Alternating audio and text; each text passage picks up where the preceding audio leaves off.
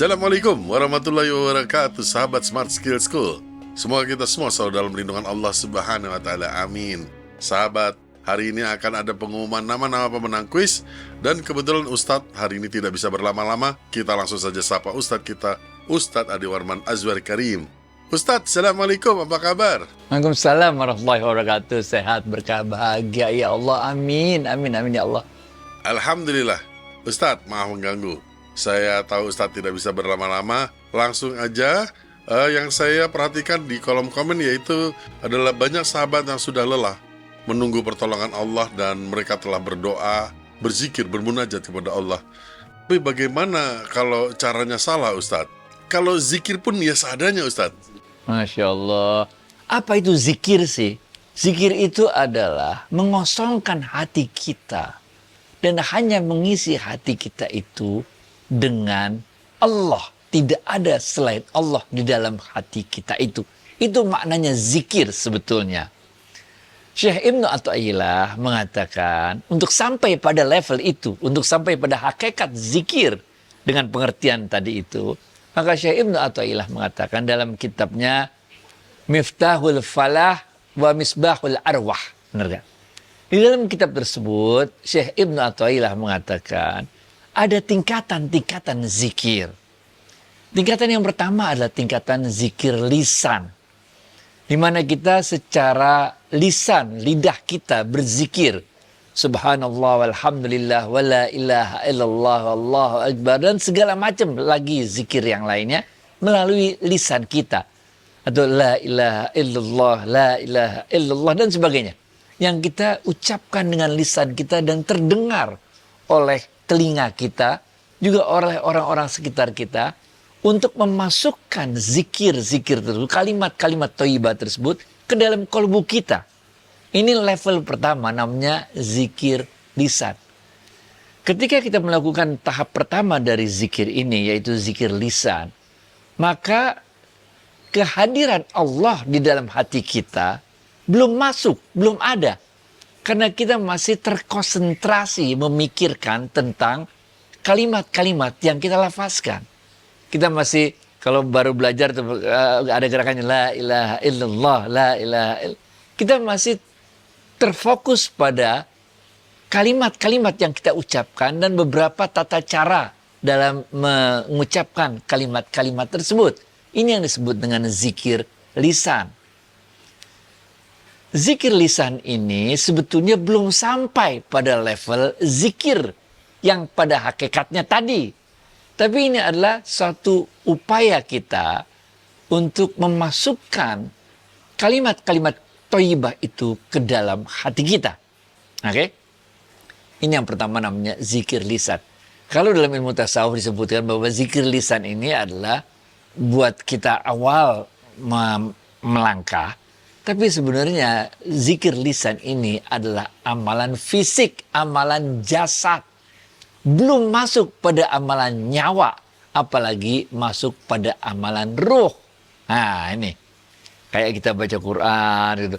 Kalau kita selesai sesi zikirnya, ya selesai juga dia zikirnya. Udah, nanti kapan lagi tiap hari apa ketemu zikir lagi. Pada jam tertentu kita zikir lagi. Ya udah zikirnya itu pada saat itu aja. Ini yang namanya zikir lisan. Tingkat kedua kata Syekh Ibnu Athaillah yang disebut dengan zikir qalbu. Di mana di dalam kita melafazkan zikir-zikir tersebut, dia telah menghadirkan Allah di dalam qalbu kita. Kalau dalam kitab tersebut Ibnu Athaillah mengatakan zikir qalbu ini seperti bazingnya apa tuh ya? Seperti geremengnya lebah gitu. Seperti mendengungnya lebah. Kalau zikir lisan itu dengan jelas. La ilaha illallah, la ilaha illallah, subhanallah, alhamdulillah, wa la ilaha illallah, Allahu akbar, dengan jelas. Tapi ketika kita udah zikir qalbu, di mana kita menghadirkan Allah di dalam kalbu kita, dalam ucapan-ucapan kalimat thayyibah yang kita sebutkan itu, maka zikirnya, bunyinya udah tidak lagi jelas seperti zikir lisan, tapi dia seperti orang mendengung, dengungnya lebah gitu. Nah, Ini kita masuk pada level yang kedua, yaitu zikir kolbu, di mana kita menghadirkan Allah di dalam kolbu kita.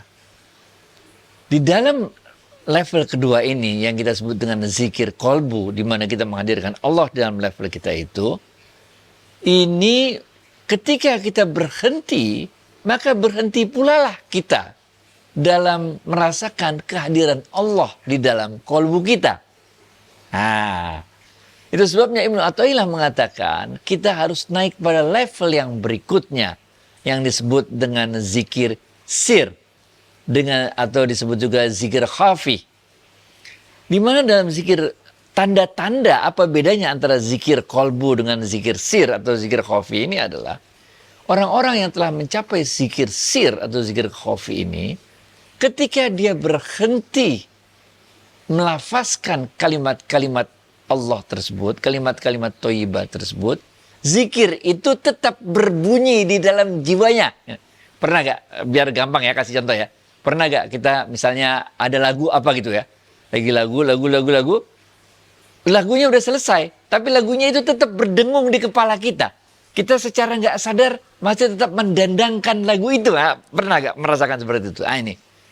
Jadi bedanya zikir kolbu dengan zikir sir adalah ketika kita berhenti melafazkan zikir tersebut, zikir itu terus menerus berdengung di dalam jiwa kita.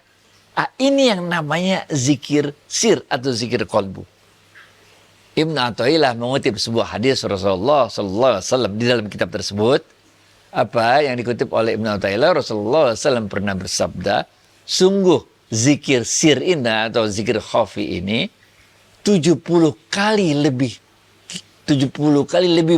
lipat lebih baik daripada zikir yang terdengar oleh para malaikat pencatat amal. Ini levelnya tinggi. Ini level ketika kita hati itu selalu berzikir walaupun kita lagi ngapa-ngapain, walaupun kita lagi ngomong, walaupun kita lagi kerja, kita lagi ngapain, lagi apa juga. Dia seperti kayak terus. Tadi kita udah cerita karena kalau kita dengar lagu tuh, lagunya udah habis, udah berhenti lagunya. Tapi kita terus saja masih di kepala kita masih terdengar lagu tersebut. Dan kita masih terus mendandangkan lagu tersebut sampai kita nggak tahu kapan. Begitu juga dengan zikir sir ini.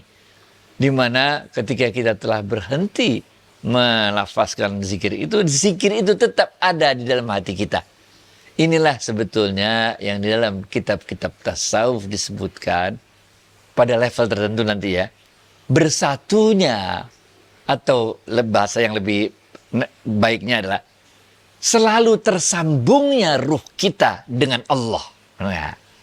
Kalau dalam kitab-kitab yang lebih tinggi nanti kita bersatunya ruh kita dengan Sang Pencipta gitu. Walaupun itu pengertiannya harus nggak boleh keliru ya. Yang dimaksud adalah sebetulnya tersambungnya terus menerus ruh kita dengan Sang Pencipta. Ketika terus tersambung ruh kita dengan Sang Pencipta, inilah pada saat itulah kehendak kita sirna. Nggak ada lagi keinginan kita, yang ada hanyalah keinginan Allah yang ada di dalam diri kita. Kalaupun kita bekerja dari pagi sampai malam, bukan karena keinginan kita untuk mencari nafkah biar kita cukup hidup dan jadi kaya, bukan. Tapi karena Allah menginginkan kita melakukan hal itu. Kalaupun kita harus melakukan, misalnya aja kita harus menemui seseorang, silaturahim ke saudara ini, saudara itu. Atau kita tampil di depan orang banyak. Bukan keinginan kita supaya kita jadi orang ngetop, bukan. Tapi keinginan Allah lah yang menyuruh kita untuk melakukan hal tersebut.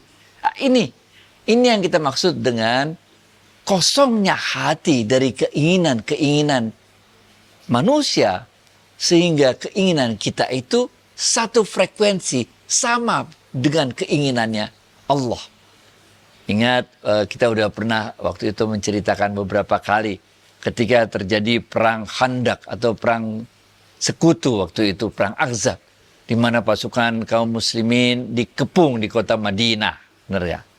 Kemudian Rasulullah SAW, kita buat strategi kayak begini, kata Rasulullah SAW.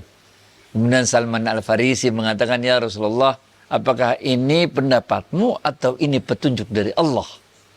Maka Rasulullah mengatakan, ini pendapatku.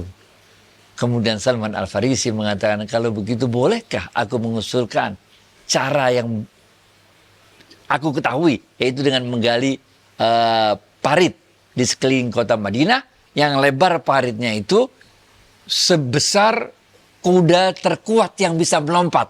Sehingga sehebat-hebatnya kuda, kalau dia lompat kecemplung ke paritnya gitu kira-kira ya. Nah, disitulah kita lihat bagaimana Rasulullah SAW menyerahkan keinginannya terserah pada keinginannya Allah. Begitu juga kita dalam melakukan pilihan-pilihan hidup. Rasulullah SAW ini dalam sebuah hadis sebutkan, tidak akan pernah menyesal orang yang melakukan istikharah dan tidak akan merugi orang yang bersyarikah. Benar ya? Istikharah itu kita serahkan pada Allah supaya keinginan kita itu sirna. Yang tinggal adalah keinginan Allah. Walaupun dalam prakteknya seringkali kita keliru. Kita sebetulnya bukan sholat istikharah, kita sholat hajat. Benar gak?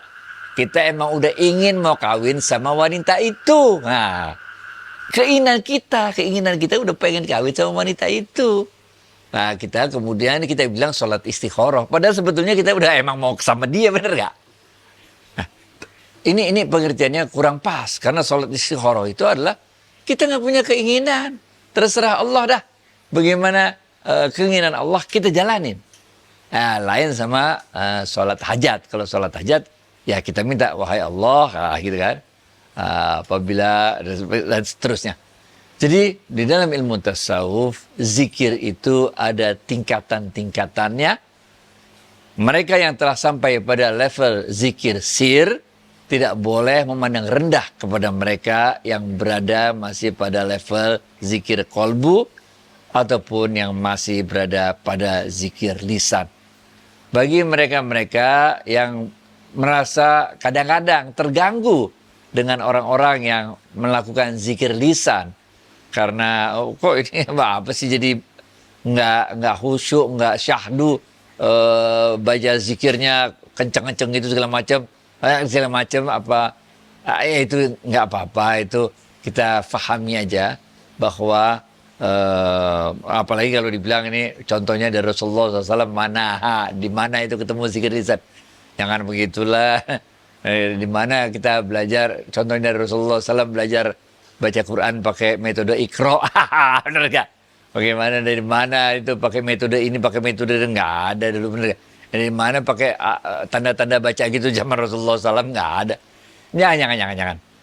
Semua orang punya tahapan dalam upayanya mendekatkan diri kepada Allah. Ini yang paling penting. Dan setiap tahapan yang dilewati orang tersebut harus kita dukung, kita support, kita hargai, karena tujuannya adalah sama, yaitu ingin mengosongkan hati ini dari yang lain selain daripada Allah. Gitu, Fit. Udah panjang banget tuh. Baik Ustadz, nah kita juga harus pamit. Terima kasih atas waktu dan tausiahnya. Assalamualaikum warahmatullahi wabarakatuh. Waalaikumsalam warahmatullahi wabarakatuh. Dan untuk sahabat, inilah nama-nama pemenang kuis.